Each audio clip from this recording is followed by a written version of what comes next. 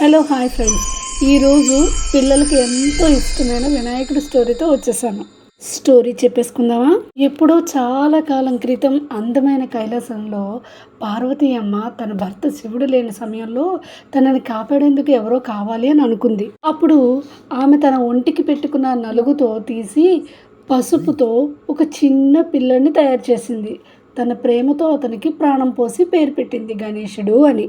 పార్వతి గణేశుడిని చూసి, నువ్వు నా కుమారుడివి, నేను స్నానం చేసి వస్తాను, లోపలికి ఎవరిని రానియకు అని చెప్పింది.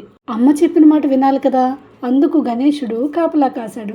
కొంతసేపటికి శివుడు ఇంటికి వచ్చాడు, కానీ గణేశుడు ఆయన్ని గుర్తించలేదు. తలుపు దగ్గర అడ్డుకున్నాడు. అప్పుడు శివుడు అన్నాడు, నేను పార్వతి భర్తను, లోపలికి వెళ్ళనివ్వు అన్నాడు. కానీ ఆ బుజ్జి గణేశుడు ధైర్యంగా, మా అమ్మ చెప్పింది ఎవరిని లోపలికి రానివ్వద్దు అని అన్నాడు.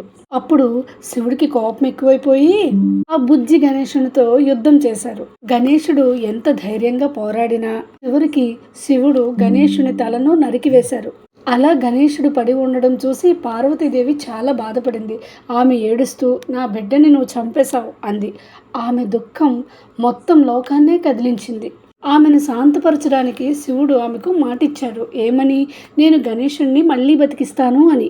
సైన్యాన్ని పిలిచి వారికి శివుడు ఆజ్ఞ చేశాడు. ఏమని? మొదట కనబడిన జీవి తలను తీసుకురండి అని. వాళ్ళు ఒక చిన్న ఏనుగు తలను కనుగొన్నారు. దాన్ని తీసుకొచ్చారు. అప్పుడు శివుడు దానిని గణేశుడి శరీరంపై ఉంచాడు. దివ్య శక్తితో గణేశుడు మళ్ళీ బ్రతికాడు. ఇప్పుడు ఏనుగు తలతో. కానీ పార్వతీ అమ్మకు మాత్రం అదే ప్రియమైన కుమారుడిగా.